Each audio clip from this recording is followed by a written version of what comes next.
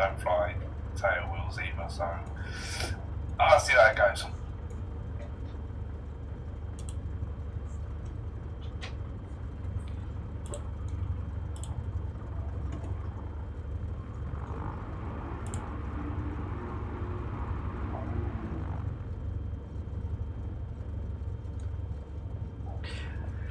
All right, welcome back. You're joining me now. We are in Northern California, 45 Charlie Lima, the hotel. The name of the little field grass strip here is called Hell or High Water.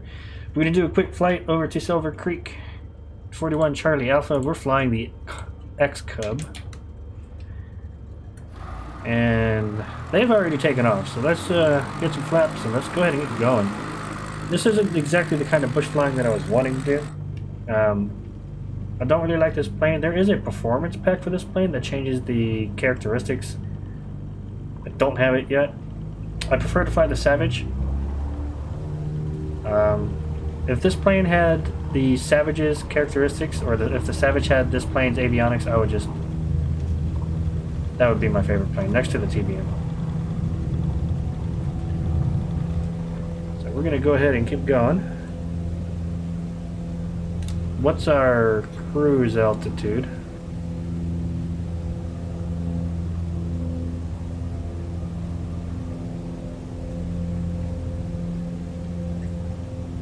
Just go to, it's a short flight, so I'm not going to really set the autopilot, really. Just a second, I gotta... Does this have an autopilot? Yeah. The X Cup does, yeah.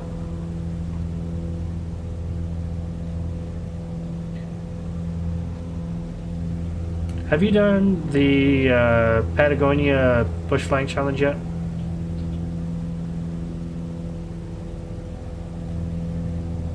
I take that as a no. I've started one of them. I'm like 2 stages in. Because I've done like 3 or 4 legs and it says my completion is 0. So I don't know if that's a bug or if it's because I'm using autopilot.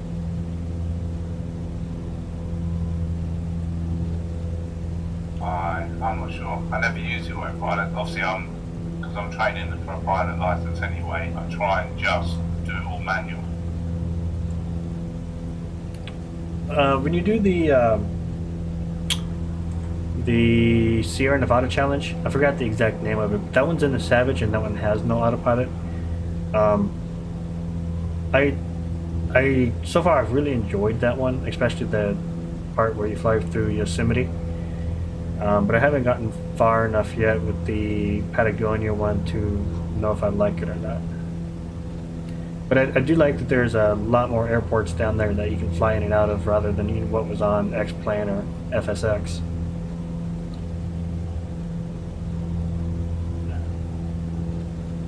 Yeah, I stopped with FSX ages ago because it was, I don't know, other than it didn't run on my new machine, it just, the quality just gave me the ump, to be fair. I had it and I didn't really use it. I went back to FS2004 until Prepared version 3 came out, and then I went with 3 and then 4 and then X-Plane. Okay, looks like we're going to have to climb this ridge to get to this airport. Get ready.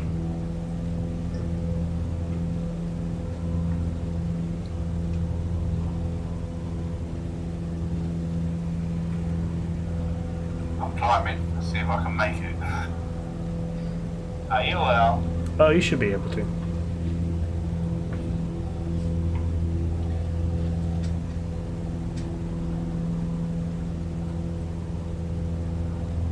After this, if we want, we can make up our own airports to fly into. I kind of feel like these events are fun, but I feel like we're just like the distance from the airports is like a little too short. I feel like we're just not in the air that often. We just keep having to take breaks. I don't really like doing... Well, okay, so before I say that, with the performance mods on the X Cub, is takeoff and landing distance affected at all? You know, you have to read the description. I'm not entirely sure. Yeah, well, they said that the stall speed of flaps extended is 40 knots. I guess it should be. I think they made the plane a little bit faster and a little more nimble. But, yeah, not really. I love those colors. I know that the rudder sensitivity is Gray and We have red. to be a lot more careful not to like brown Very nice roll, colors. or brown loop as they call it, or double nose over landing. Yeah. Now the reason I asked is because I had difficulty getting this plane off the ground in a short distance and also landing in a short distance. Yeah. I couldn't enjoy it doing bush flights because you can't just say, oh look, there's a spot, let's try to see if we can make it, because guaranteed you're not going to make it. Whereas in the Savage, you know, you have more options. And in the Shock Ultra, hell, you can land on a rooftop. I know. I haven't used it too much. It's not fast enough. Well, I don't know. It is this weekend challenge. One of the Mexico, one of the runways is like 800 feet. I think it might be uphill though, so you might. Alright, let's see. We got a steep descent. The airport's going to probably be perpendicular, owing to the fact that the river runs perpendicular to our current heading. So get ready. I'm going to curve right, and oh, this is some real bush flying now.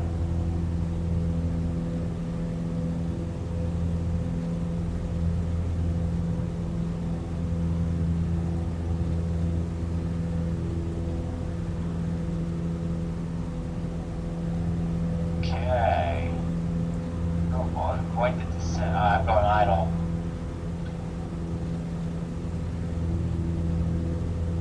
Shit, I wonder if we can get slow enough.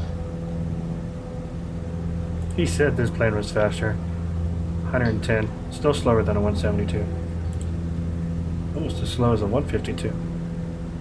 I mean, the Savage is slower as well, but you would expect a more modern Cub be a little bit faster.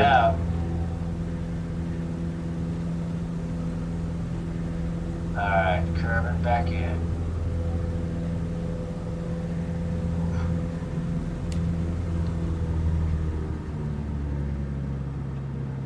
I should actually not do flaps. I'm gonna wait in somewhere closer and then stick this landing. That's tiny. I'm looking at it and I can barely see it's got a runway. It looks like a car park. Oh, that sounds like Just fun. might be. I think I see it. It's about a mile away.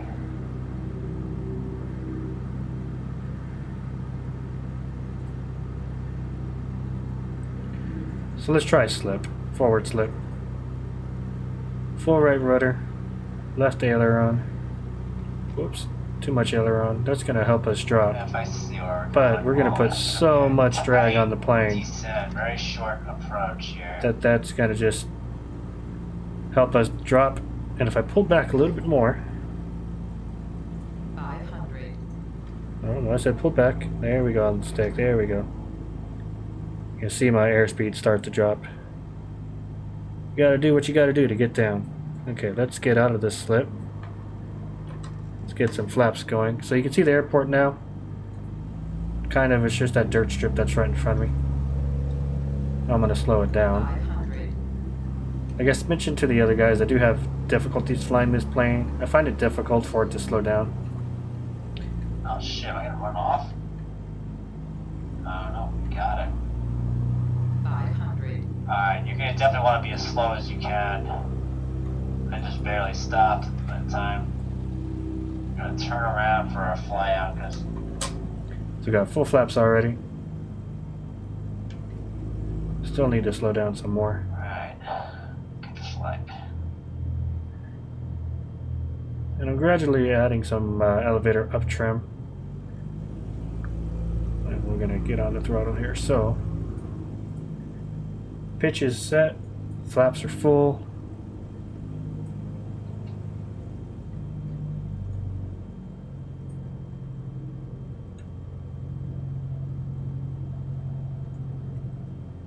We're gonna fly right above stall.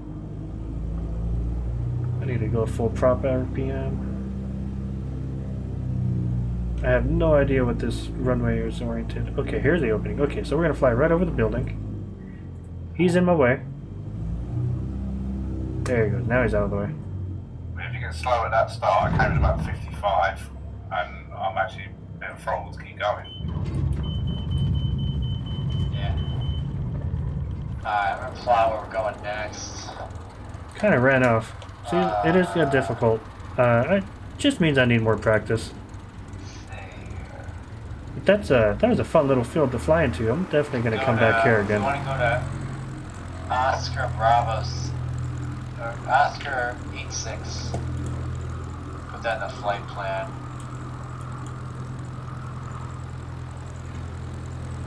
See, he wants to go to Oscar 86, so I don't see it. Trinity Center. Come on, brakes. Thank you, jeez. Trying to go a full right differential, right brake, but jeez, it just does not want to go. How do I change this in the game? So you can see what I was saying. It's just, when you start getting too close to someone else, it starts going transparent.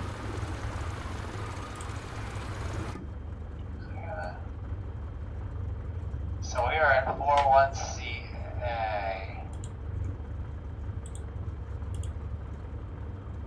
This is Silver Creek Ranch, 41 Charlie Alpha.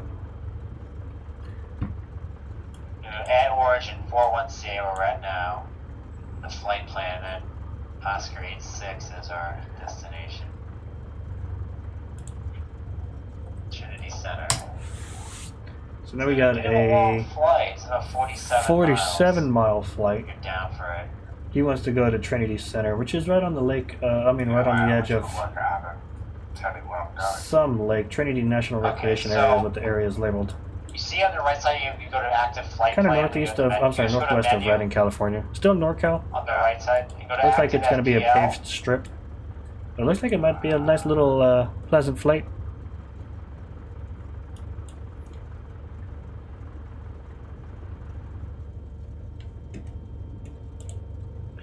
And I'm not going to bother plugging it into the GPS, I'm just going to follow them. 47 miles flight on a heading 0180. I will set my heading bug. When you go to menu, there should be like map, active FPL, procedures, COM1 frequency, COM2 frequency, like select page. You know, you see that?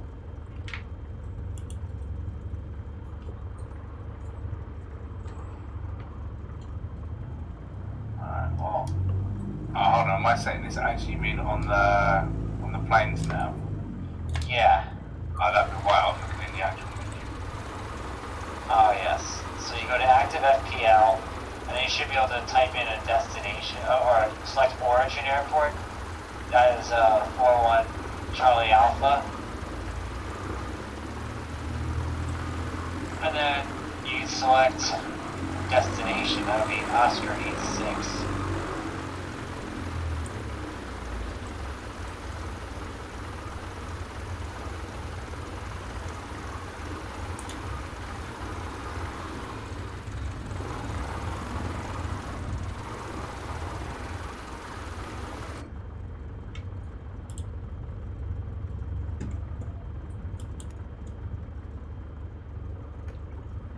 I'm ready when you are. Alright, 2 seconds, I'm just programming it in. Well, I think it's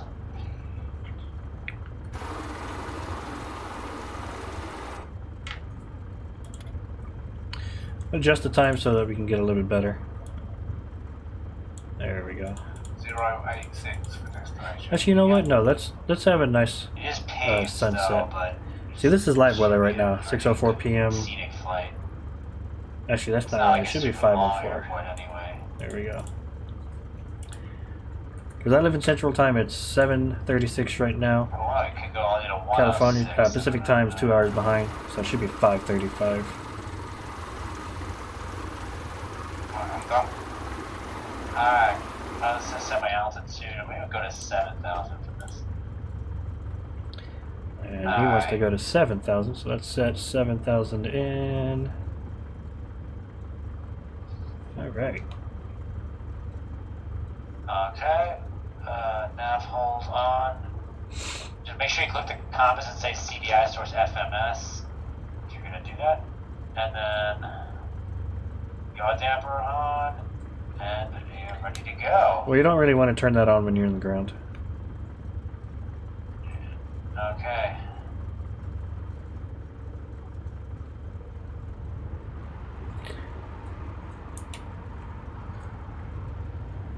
All right, here we go. It's getting a little bit dark here.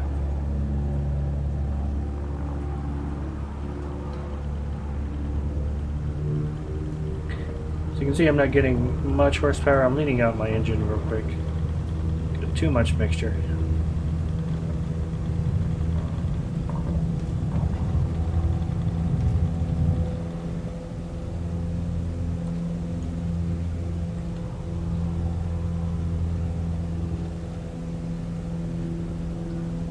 I'm just gonna clear this hill and then should be good to go.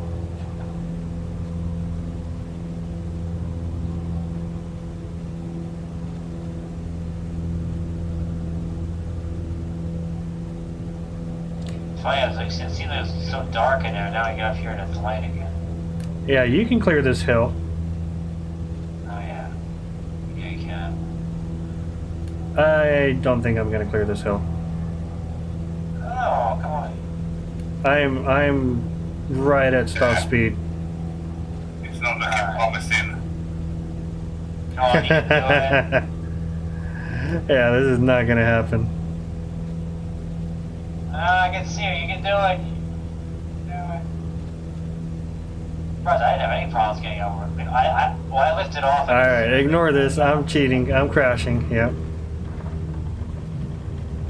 Well, I've done it. It's curved to the left, and I've just made it, I think. yeah. Alright, yeah, let's just edit that out. Oh, only just. I dived down the other side and Yeah. just missed the trees. I didn't. That performance pack is needed. Oh, that's why I cleared it. Maybe it could have been. I mean, if I didn't turn so early, if I had just continued straight out a little bit more, I probably could have cleared it. But I was trying to keep up with you, and I probably cut it too short. Yeah. I hear you. Oh. I don't know why though. I can't see your altitude railer or your plane type. 500. It's yeah, CC19. Well, I know what it's supposed to be, but I only see the tag. It's that stupid glitch. Oh, I see. Yeah, I don't know. Oh, I think I just found my next bush flying spot. Oh, this is really cool. There just needs to be more airstrips. You can always make your own land on that side.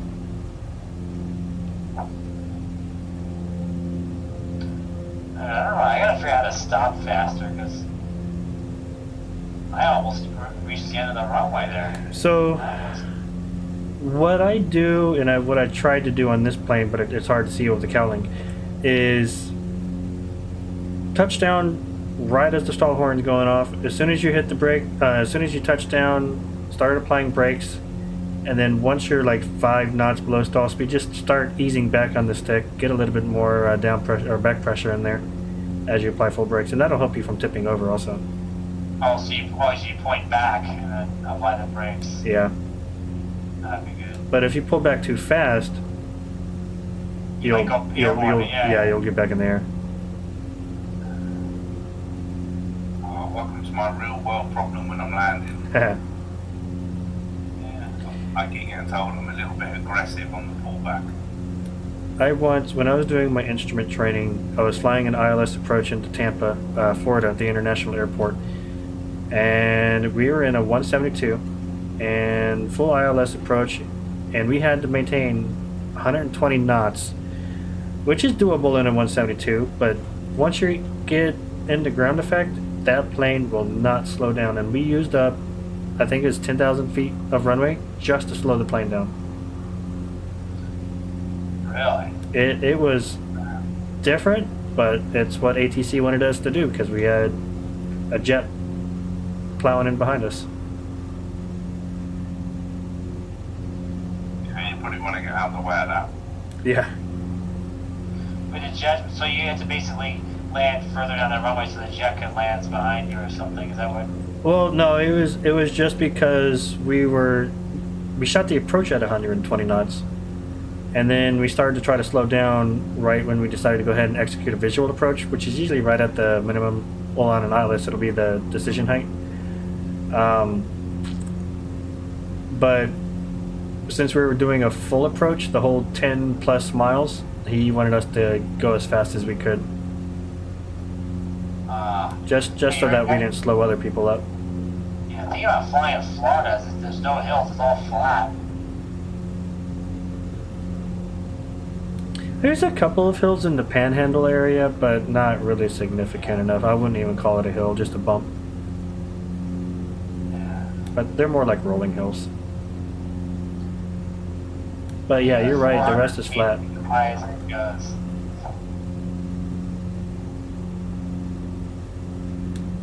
You're as high as you can go?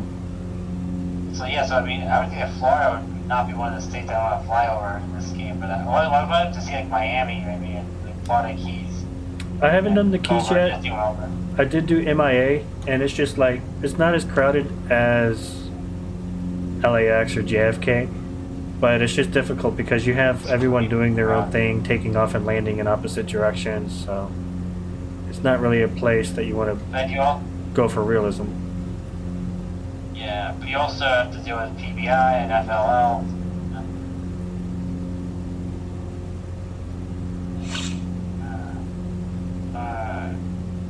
About 37 miles out.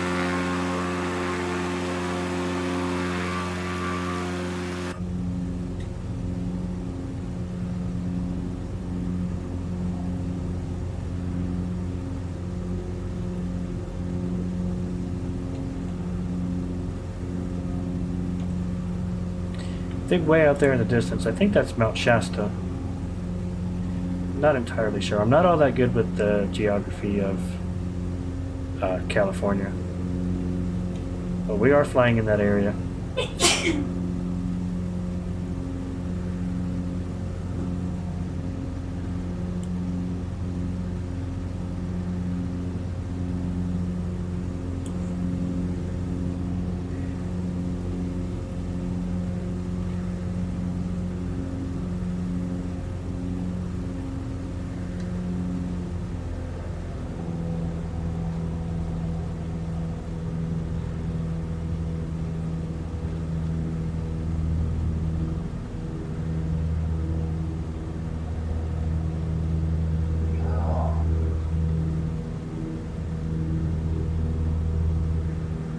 Alright, I got my cruise set. I'm at 23 inches of pressure and 2400 RPM.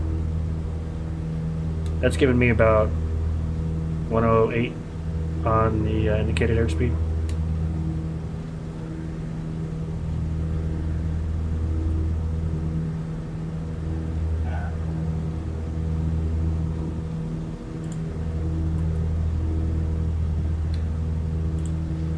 It's funny that this X-Cup has like approach. Oh, you can probably do an ILS in this X-Cup, right? Yeah, you can. Not that you want to. Not with just one source of navigation. I mean, you just have the one screen in the backup, but you only have one radio. But yeah, you could do it. At least in If you're VMC. If you're instrument rated, you fly at VFR distance, do you still like do instrument approaches like always? Just No. because you haven't. No, it really depends on what the ATC is doing. Airliners will use instrument approaches as a backup just for reference, with primary of a visual approach, just regular, because most commercial airports have enough vertical guidance like the VASI lights off to the side and whatnot to be able to see if they're high or low, and then you got the glide slope plugged in the background just to back up what they see outside. And then on some regional airports that don't have ILS approaches, they only have non-precision, then yeah, I mean, if they want to follow lateral navigation through GPS or FMS or VOR or whatever kind of approach they want to have as a backup, they can still execute visual approaches. It's just, it's a little bit different because everything is coming at you faster. And if you're not used to seeing that outside, you know, you keep your head inside the cockpit all the time, which you're not really supposed to do in a VFR flight anyways, or a VMC. Then, you know, it's easy to get distracted by the scenery that goes past you, you know, real fast, rather than setting the aircraft up for a full-blown approach and landing. Oh yeah.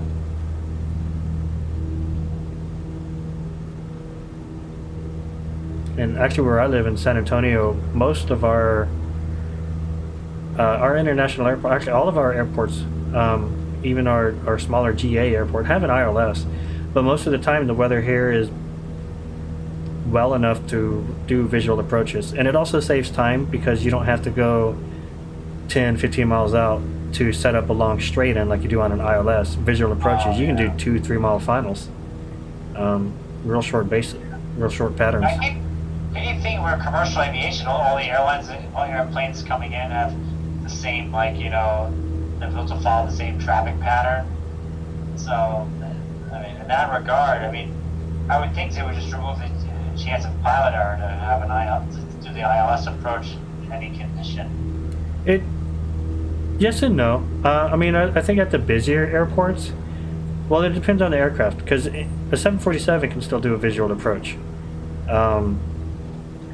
It's mostly about what the airport allows as far as the type of traffic.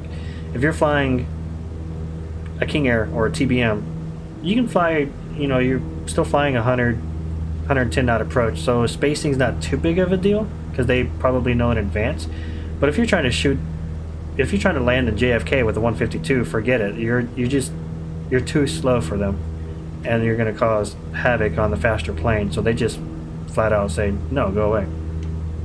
Yeah, that's what I read. I think only after COVID, were private pilots actually able to use JFK for like the first time ever. Because usually they wouldn't dare go to JFK. No, you're landing fees must be enormous. I don't know if landing fees apply to touch and goes, but no, you're right. I'm in the Vans aircraft Facebook group, and one of the pilots that owns Vans, he did a video of him flying into all of the major airports in the New York City area, something that is a once in a lifetime opportunity because of COVID. Oh yeah. Now I flew a 172 into Orlando International, but they have 5 now, but at the time they only had 4 runways. But they were able to accommodate me. But I do remember having to fly a really weird pattern for spacing, and I never even crossed the threshold of the runway. They made me land like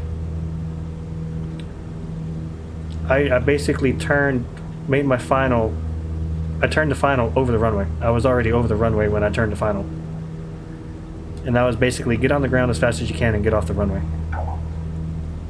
Oh yeah. I mean, in any event though, isn't it, I mean, if you're a small plane, isn't it much more fun to fly into a small airport? That's even in this game, would be flying as the sim, that's what I prefer to do. Oh, it is. I was picking up a friend to go to Key West. And he was flying in on an airliner.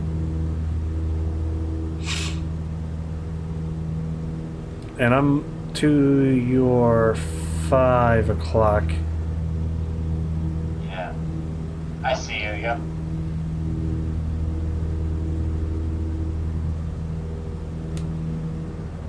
Oh, this area is beautiful.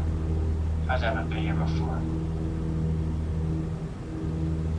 I think we're like near Redding, California. That's the nearest city I can think of from here. Yeah, we're just north of it. I'm following us on SkyVector. We have that built-in? Oh, yeah. Well, no, not built in. I have triple monitors. Oh, yeah. I basically use all my monitors, screen estate for my game. Yeah, I probably could do it now. But that's the thing with VR, though. You can't multitask, so I don't know what kind of flight I'm going to do once I get my Reverb G2. But you're still waiting for it to be compatible, right? Or VR compatible? Yeah, there's gonna be a closed VR beta, I think, next month. I kind of wonder how well they're gonna implement it. I think it's gonna be good for flights like these, but I don't think I would do it for like simulating an airline flight.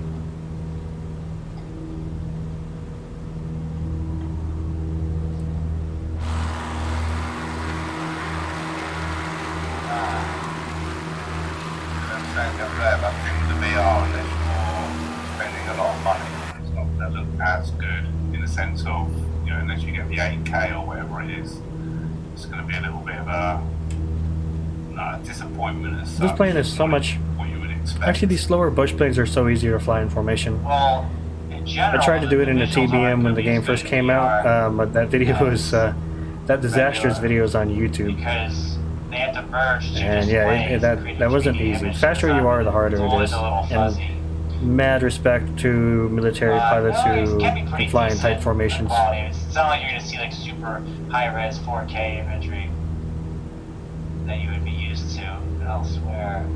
Wow, that's really cool.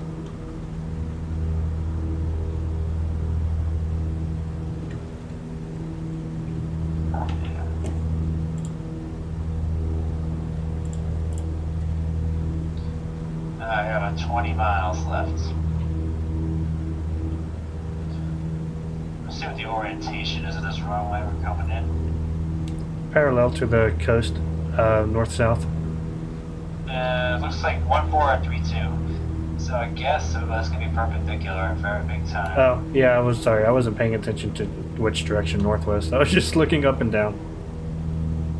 Yeah, I was expecting us coming on the right side along the lake and then turn into the west. Yeah, that'd be good. Yeah, because it looks like the backside of it's mountains. So it's going to be on the west side of the lake, so if you want, we can just fly over the lake and follow it. Yeah, that would be good. But it's on the east side of that mountain. Wait, what? No, actually, you might be able to see it now. I think I see a little brown strip kind of almost directly in front of us, right where the lake starts to weave around the west side of that mountain range. If you follow the river part of the lake into the open area, there'll be just a small left. Yeah, Just off up north, to be fair. I think I can see it from here. It looks like it's just a brown strip. It is paved. It's probably like the airport you see on your 9 o'clock, something like that.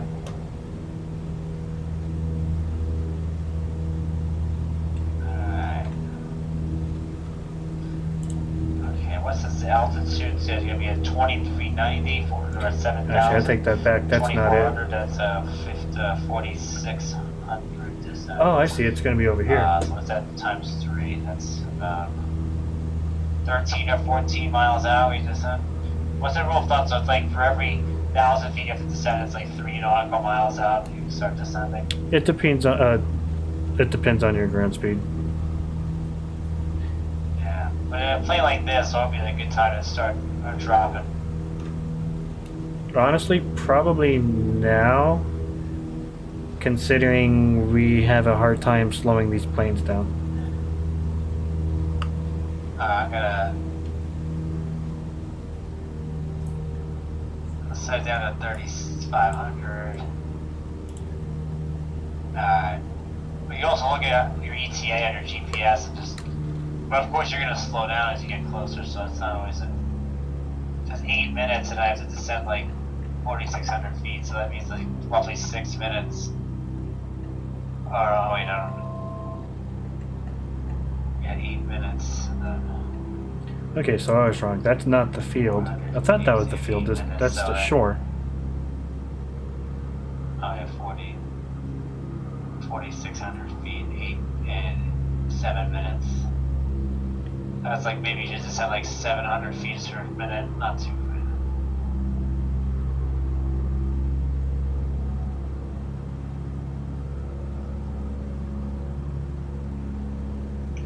Oh, I think I see the airstrip. Actually, no, I was wrong. That's not it. Yeah, that wasn't it. Right, what you want to do, if you look straight ahead, you see like, it looks looks like the lake goes as a river, slightly to the right. Not the curved one, but the bigger, wider one to the right. Yeah, let's follow the lake. Yeah, he's right. Yeah. He was right. You just follow that all the way in. Get up there. So we're landing at Trinity Center. This is Oscar 86. Don't know the name of the lake, but we're just north of Redding, California, NorCal. And I was right for once. This is actually Mount Shasta that's in front of me, so that gives you kind of a generalized area of where we are. Was it like harder to get your initial pilot's license or get an instrument rated? Instrument. Like, yeah. I've been using Flight Simulator since, good lord, 1990. So when Now for what, 3.0 or 4.0 was it? 5.1 I think was about that time. 93. Okay, the 93.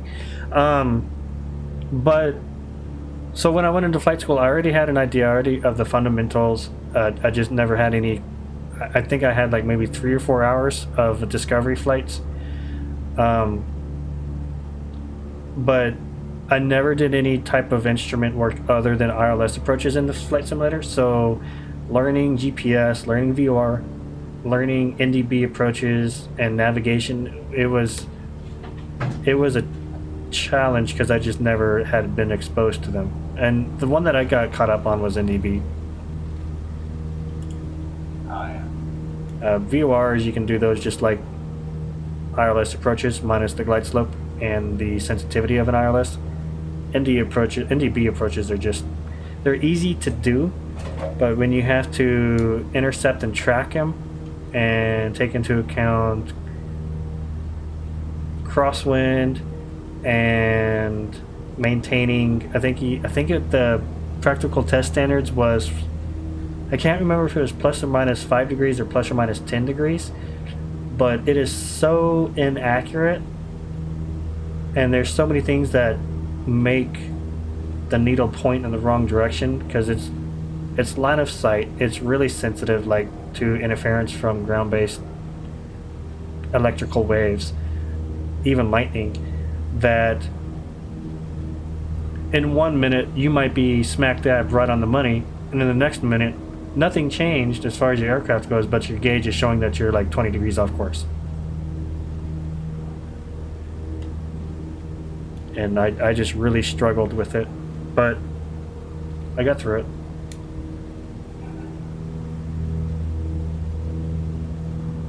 I gotta say that I've seen like videos of like Flight Sim 1.0. Like, I don't think you could ever have been a practical Flight Sim even when it was new. No, just wireframes. It looks just so crude. I mean, I remember when I first heard that they had Flight Sim in 1982. It was like, how the hell could they get it to work? That technology of that era. It was like. So this isn't an issue with the graphics card. This is actually it looks like you can really get much out of that. It seems like it's kind of like a gimmick to like showcase what computing power at that time could do. I think you're right. I do recall playing around with, I think it was FS4, but I wasn't really serious with it. And I think the only areas that there was the Chicago area. Obviously, the default airport was Meigs. But you could go to O'Hare, Midway, and I think the Champaign, whichever one's at the University of Champaign. Yeah, that was the only airport, just like those four. And the only plane you had was the 182, I think it was. My first flight sim was 95. Well, it was actually here at 96, but I didn't play till 99. That's when I got into it. But it was called Flight Simulator for Windows 95, and had like 300 airports. Yeah, it had the 182 retractable gear, a Learjet, a Sopwith Camel. I don't know what else. There were like 6 planes, I think. That's like all there was. Oh, they had the sailplane. But what I remember is they didn't really have elevation data. So like you'd be flying along, all of a sudden the grounds would just completely change, like how far up you were on the ground. Like it would completely warp because they would figure out that the ground was at that altitude or something. So there was very little like elevation. data. And like when there was like thunderstorms, this is like I don't think there's even crazy. any rainfall. Like when there was like a Pretty. thunderstorm, you would see a little symbol. I mean, it's weird to talk about a game like this. Thunderstorm in that area. It's just that is just beautiful. The characteristics, I guess. I think this will be one of the lakes I go fly over and check out when I win the lottery. I remember that I tried to float with London and there was nothing there. Like it turned out I had to like get a scenery pack for London to work properly.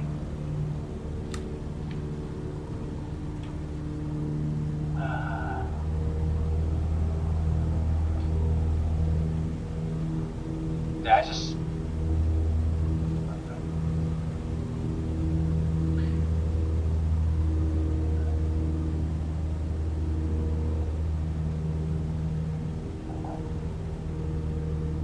Right, if you see this little bit of land on the right of the river, And I really love the haze effects the sun creates, especially like under the wing. Like here you can see how clear it is, and then you turn back and you see you can't see the sun rays, but you can kind of see like, I guess it simulates like little microscopic pieces of dust that illuminate, they kind of look like haze when you have a sunset. And I really love the lighting effects. And mind you, this is on a game, I'm gaming on a 2070. I'm not going to upgrade to a 3000 series, but with a 2070 on high and some ultra settings, this is a beautiful game. And a lot of people still complain about it, low frame rate or autopilot on some of the jetliners, but you know what? I'm sorry, I'm going to be a little selfish and self-centered. I don't fly those planes. I don't care about those planes. This to me is a beautiful masterpiece, and I think a sub on Microsoft did a wonderful job. And I'm gonna miss a lot of the planes I had in X-Plane and previous versions of Flight Sim. But this is just remarkable. All right, who's first? You can see the airport right there.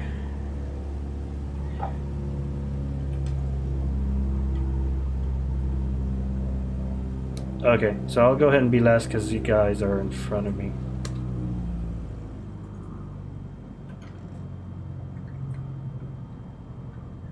So I'm gonna try to add a little bit of distance. So let's turn this thing into, let's get some solo flight going. Well, you're gonna want to fly across, literally on the tip of the trees just before the runway. Looks like you're. Well, you should have plenty. It's a 3,200 foot long runway. Alright, well I'm right at your 7 or 8 o'clock.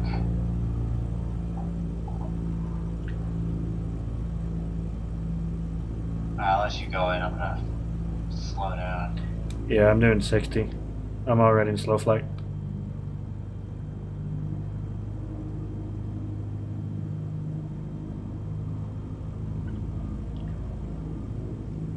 Easy if you can see over this cockpit.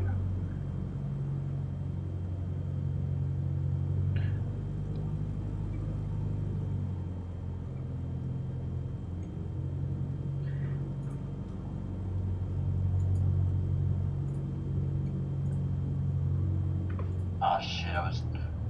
Oh.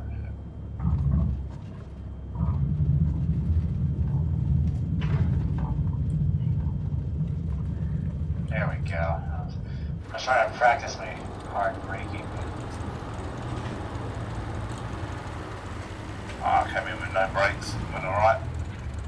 We didn't need them here, but. I needed him. I was about to crash into your ass. Oh yeah, because I was trying to practice, do what you're saying about like holding the stick back and braking to avoid nosovers. I gotta practice that for Saturday because those 800 foot runways are gonna, the next cover is gonna be tough.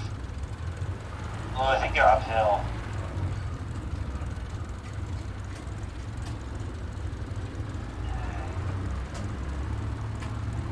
Alright. Actually, to be honest, I'm starting to get the hang of this plane.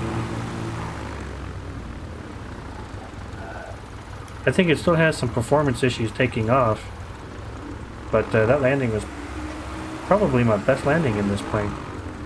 Yeah, I just missed your landing. Didn't quite get the turn around and look quick enough. I was happy with mine though. I don't know what it looked like, but it felt nice. Oh, that's all right. My first stream didn't record. It was only streaming, but this one's also recording. I'll put it on YouTube and I'll post a link to it. Oh, nice. Yeah, do that. If they let me. I don't know. You know, some Discord channels don't like. They think it's spam or promoting.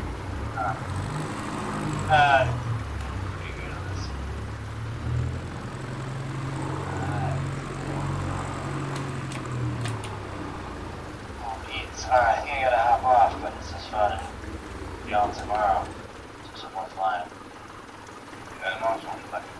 All Nice right. to fly with you again. Yeah, that sounds good because it's 8 o'clock for me too. I got to call it a night. Oop, and I wasn't even talking to them. Yeah, that was pretty fun. I had a blast. I'll catch you all tomorrow or this weekend. I gotta head off too because it's late for me. Cool. Do it. All right, thanks for joining me. I've been watching Midlife Gaming. You can catch me on Discord, Midlife Gaming, YouTube, Midlife Gaming, and Facebook, Midlife Gaming. You got any suggestions on where you'd like me to fly or what kind of planes you'd like me to fly? Don't you dare say 747, 787, or Airbus 340 because I do not fly the jetliners. Just drop me a line, drop me a chat anywhere you or drop me a message, and I can make it happen. Thanks for tuning in. We'll catch you all next time.